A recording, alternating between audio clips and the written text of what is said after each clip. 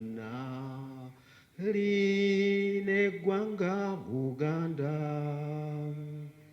lyamanyiwa nnyo eggwanga lyaffe okwetooloola ensi zonna.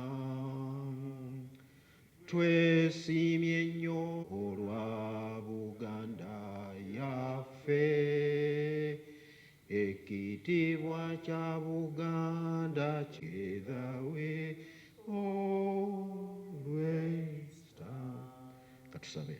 Kiseera kino bannange ab'amawulire abazze wano, bassebo ne bannyabo, kya mukisa nti tuzze wano olwaleero ng'esigadde olunaku lumu bwe luti okutuuka ku lunaku mulindwa, ate okumanyisa Obuganda n'ensi yonna bwe tuyimiridde mu nteekateeka z'omukolo gw'okujjukira amatikkira ga Ssaabasajja Kabaka ali ku Nnamulondo y'abajjajjaabe alamula Obuganda. Bwe tuukidde wano ng'ennaku z'omwezi 3 nga ebintu ebisinga obungi bikoleddwa. Enteekateeka nga bwe tumanyi omukolo guno munene gubaako ebikulembera n'ebisinga tubimazeeyo, era mu kaseera kano tusigazze ensonga 2 zokka kuzikulemberamu, kwe kutikkula Obuganda n'ensi yonna amakulu agagenda okuleetebwa olwaleero mu lubiri lwa Kabaka e Mengo ku ssaawa 5 zennyini ez'enkya. Era Kamalabyonna agenda kubaayo okukola omukolo ogwo. Ate ku lunaku lwe lumu olwaleero olw'eggulo ku ssaawa 10 abantu abatonotono bajja kubaawo nga tutongoza omwoleso gw'olubugo. Lugoye lwaffe lulaga obuyiiya bw'abantu ba Buganda, lulaga obugunjufu bwaffe, ate nga lulina n'emiganyulo mingi nnyo, lwo ng'olugoye ate n'omuti mwe luva omutuba. Era olw'okuba abantu bagenda kubaayo batono olwaleero, tugenda kutambula n'omwoleso ogwo okumalira ddala ennaku 30 ng'oggyeko olunaku olw'enkya n'ennaku ezinaddako, tujja kuba n'omwoleso ogwo nga gutambula. Awo nno abantu ba Kabaka abasinga obungi mmanyi olwaleero temugenda kubaayo, n'ennaku ezinaddako tubasaba mugende ku Muggalale mulabe enteekateeka ey'olubugo, emiganyulo egirulimu, emiganyulo egiri mu mutuba n'ebirala byonna. Nga tuzze ku mukolo omukulu, tegakyali mawulire ga njawulo kutegeeza abantu nti omukolo gujja kubaawo olunaku lwa nkya. 31 lutuuka nkya. Ekyokubiri, era si mawulire nnyo okutegeeza abantu nti tugenda kubeera ku Watoto Church e Bweyogerere, kuba tuzze tukiddiŋŋana ebbanga lyonna. Naye ekiyinza okuba ekyamawulire bwe kutegeeza Obuganda nti kumpi enteekateeka zonna ziwedde bulungi ddala, ebidaala bimaze okuteekebwayo, emizindalo gimaze okuwanikibwa, entimbe ziteereddwayo, obutebe munda mu church mumaze okuteekebwateekebwa, ate n'ebweru tuwumbawumba ebyo ebikyasigalidde. Bwatukidde akawungeezi kajjo kumpi ebitundu nga 80 ku buli 100 nga biwedde bulungi ddala. Tusuubira abantu ba Ssaabasajja Kabaka Buganda okutuuka e Bweyogerere lunaku olw'enkya wakati w'essaawa 2 n'essaawa 2:45 ez'okumakya. Olw'okuva ku ssaawa 2:45 okutuuka 3:20 abagenyi abayite ab'enjawulo tubasuubira okutuuka ku mukolo guno. Ate wakati w'essaawa 3:20 okutuuka 3:45 tujja kusuubira abaka b'olukiiko lwa Buganda, abaami ba Kabaka ab'amasaza, abaka Paalamenti, bassente ba disitulikiti, bajjajja abataka, oli olulangira awamu ne kabineeti ya Ssaabasajja Kabaka okuba nga batuuka. Olwo ku ssaawa 3:45 okutuukira ddala ssaawa 4 awo tujja kusuubira abantu ba mirundi 2 okutuuka. Asooka ye Kamalabyonna wa Buganda ate n'omugenyi ow'enjawulo. Bano nga batuuse ku ssaawa 4 tujja kuba n'okusaba nga kulembeddwamu kanisa ya Watoto. Okusaba kuno kugenda kutwala essaawa emu, kutandika ssaawa 4 kugwe ku ssaawa 5. Kakuwedde tujja kufuna ekitiibwa kya Buganda n'oluyimba lw'eggwanga, wabeewo okwaniriza abagenyi mu ngeri ey'enjawulo n'okutwanjulirwa abagenyi abakukunavu abateekeddwa okukoonebwako.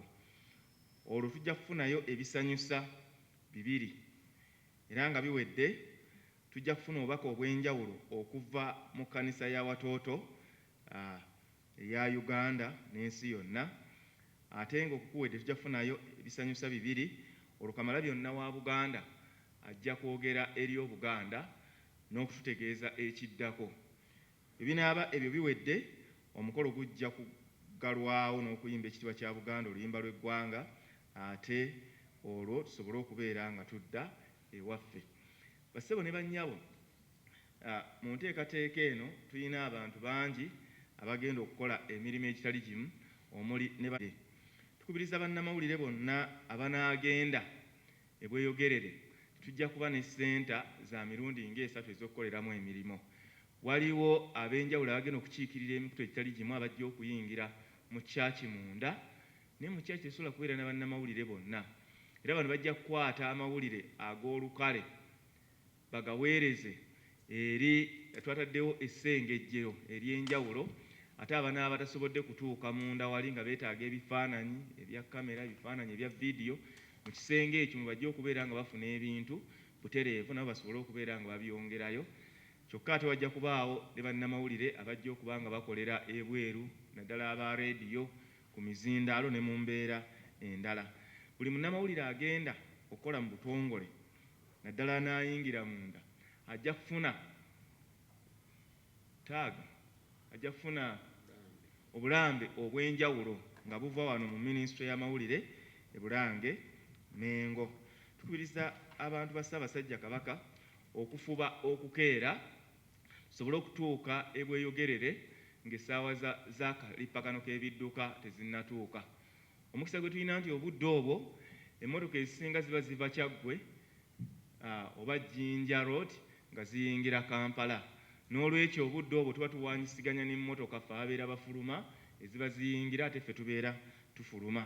Awo nno tukozese obudde obwo tukeere abantu ba Ssaabasajja Kabaka tutuuke mu budde.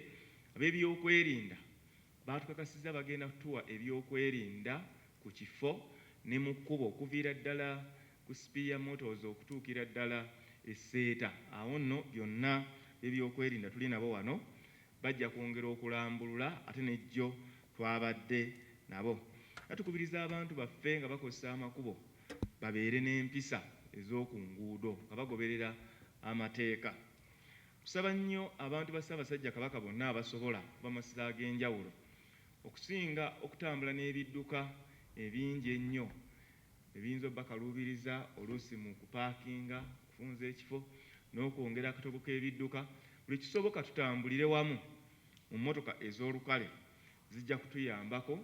Era eri abo abanaatambulira mu nteekateeka ng'eya Kosta ne Bus, tuyinza n'obbakolera enteekateeka eneebanguyizaako nga mutambula ku kkubo okusobola okutuuka ku kifo kino. Tubalindiridde n'essanyu ffenna tujje tujagulize wamu myaka 33 egya Kabaka Ronald Mwenda Mutebi II ku Nnamulondo, era nga tugamba nti tubeere bavumu mu kukuuma obuwangwa bwaffe. Ayi Ssaabasajja Kabaka, wangaala. Nga bw'eri enkola ab'ebyokwerinda be bakulemberamu mu nsonga eno, naddala okuwa abagenyi abayitiddwa nga kwotadde ne Kabaka obukuumi ku lunaku olwo. Twakkaanyizza nti walina okubeerawo ng'oggyeko obukuumi eri abantu abanaaba bayitiddwa, traffic plan, era nga nayo egenda beera ng'eteekebwa mu nkola.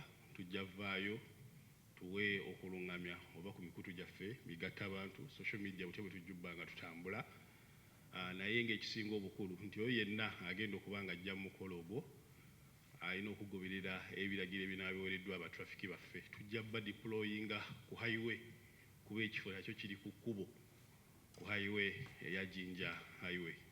So tusaba buli omu agoberera ebiragiro ebya traffic tusobole okutuuka mu mukolo mangu, kuba gutandika mangu ate gujja bba guggwa mangu.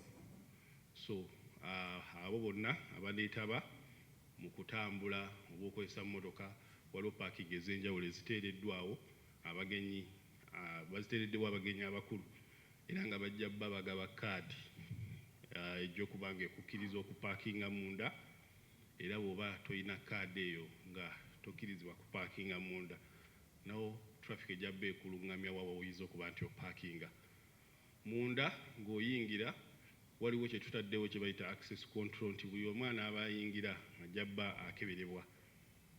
Kuba mukimanyi tulina wadde waliwo akalembeekereza nti Uganda ntebekevu, n'abo abayinza obutatwagaliza kufuna mikolo mirungi nabo bayinza okukola ki? Bayinza okutwegattamu. So counter terrorism edeployingiddwa okulaba nti nno buli ayingira akeberebwa, okulaba nti nno kyayingidde nakyo si kya bulabe. So bw'oba olina ebintu byonna nga bya bulabe oba mundu ng'ate toli wa security, gireke ewaka olunaku olwo okusinga okutaataaganyizibwa. Era bw'oba tosobodde gireka waka, ebyo byonna tujjabba tubikuggyako nga tubisigaza oyingire munda. So tukusaba nti jangu nga weetegese nti olina okukeberebwa. Kubaani oba olina okukeberebwa, oba oli mugenyi wa Ssaabasajja omuyite, tujja beera tukukebera. So tubasaba okubeera abakakkamu nga mudiringa n'aba security. Munda awo waliwo ebifo ebyenjawulo ebiteereddwawo nti abagenyi abakulu we balina okutuula n'abakulu ennyo we balina okutuula. So bw'oba nga tolagiddwa, kuba tugenda kukwatagana nnyo ne bastewards ba Watoto ne mu Bwakabaka okuba nti no tulaga ebifo ebyo abantu we balina okuba nti no batuula. Bw'oba nga totambikiddwa bulungi wa kutuula, ky'oba olina kutuula mu ba VIP, teweetantala kukola ki? Kugendayo. Tukube ku ki? Ku mpisa. Si kukaayana nti biki n'oteekawo embeera. So ojja bbeerawo abantu abalungamya we mulina okukola ki? Okutuula. So obuvuyovuyo obwo tusaba ti mugoberere ba stewards be bagenda obba nga babagamba. Parking eriwo, kyentegeddeko ya mmotoka nga 6, then abantu abasuubirwa okubeera awo basukka mu 15,000. So bukkakkamu bwe bujja tuyamba okuyita mu mukolo ogwo obulungi, era ne munda we bagenda okuba nti bakuŋŋaanira nibo bajja bbeerayo security. Oba olina kye weebuuza, abazze n'abaana, child and family deployingiddwa, tulina emmotoka eziri ku standby eza ambulance nga kwotadde n'abazikiza omuliro n'okutaasa abantu nabo bali ku standby okulaba nti no tuddukirira ebigwa bitalaze byonna ebiba bibaddewo essaawa ezo. Kujjako nga waliwo ekibuuzo naye nga ffe ng'abo ebyokwerinda tuli beetegefu okukuuma amakubo, okubalungamya obulungi mpaka bemuyingira mu kifo ekyo n'okulaba nti nno tubawa obukuumi nga mukifuluma okudda ewammwe. Twetegese era omukolo tujja gguwa obukuumi obulungi ennyo. Mwebale. Mu Luzungu bassebo ne bannyabo. Nze ASP Luko Wesigire era ekirese wano kwogera ku mukolo guliyo olunaku olw'enkya wali ku Watoto grounds ezisangibwa Weeyogerere. Olunaku olwajjo twatudde ng'abo ebyokwerinda n'abakulu mu Watoto bulungi oluvannyuma lw'okufuna meetings ezikwata ku nteekateeka y'omukolo guno. Abagenyi ba Ssaabasajja Kabaka tubasuubiza tujja kubakuuma okuviira ddala olunaku lwaleero akawungeezi. Security wegenda otandika okutuuka ku kifo okukuuma n'okuteekerateekera abantu ba Ssaabasajja Kabaka. Abagenyi bwe banaatuukira ku makya nga security eri gguluggulu. Tusaba abagenyi ba Ssaabasajja Kabaka abalina stickers zetubawadde ku mmotoka be bajja okukkirizibwa okuyingira mu parking gye tuteeseteese ng'ab'ebyokwerinda ku mukolo, n'abagenyi ab'enjawulo era be tujja osunsulira ku luguudo basobole okuyingira mu parking ze twateeseteese. Tusaba abagenyi basobole okkeera olw'okwewala traffic jam nga bwe mumanyi ku luguudo lwa Jinja Road bwabeera. Tusaba abagenyi basobole okkeerako n'okutwanguyiza ng'aba security okubacekinga amangu bayingire mu bifo babe batuule ng'obudde bukyali. Enteekateeka ya traffic police ejja kuba ekolagana wamu naffe okuviira ddala e Nakawa ku Spear Motors paka Esseeto okuba ng'erondoola abagenyi nga bwe banaaba batambula ku luguudo olwo n'okukola ku traffic aleme kubeera mungi. Abantu Bassaabasajja Kabaka tubasaba abanaabatambulidde mu mmotoka ez'olukale nga bali bangi, waliwo enteekateeka ya poliisi okubayambako ne liidika okusobola okubatuusa ku mukolo ogwo. Nga chairman bw'ayogedde, tetwagala bantu kukola fujjo ku luguudo. Security ejja kubaako ng'erawuna okuviira ddala e Nakawa paka e Seeta. Tujja kuba n'aba intelligence baffe ku luguudo okwo nga batambula okulaba nga abantu Bassaabasajja batuuka bulungi ku mukolo, nga tebafunye buvune, nga tebafunye babataataaganya oba okubabba. So tubakubiriza muvuge bulungi ku kkubo nga mutambula era mutuuke ku mukolo nga muli balamu bulungi. KPU egenda kukoleganira wamu Uganda Police, Military Police, CMI ne JIC wamu n'ebyokwerinda mu division ya Kira Municipality nga tuli wamu ffenna okusobola okuwa abantu ba Ssaabasajja Kabaka obukuumi. So tubasaba mukeere era mujje, security ejja kuba ggulugulu ku mukolo ng'era tuli beeteefuteefu okubakuuma ku mukolo paka we gunaggwa. Eyanza nnyo Mukama wange.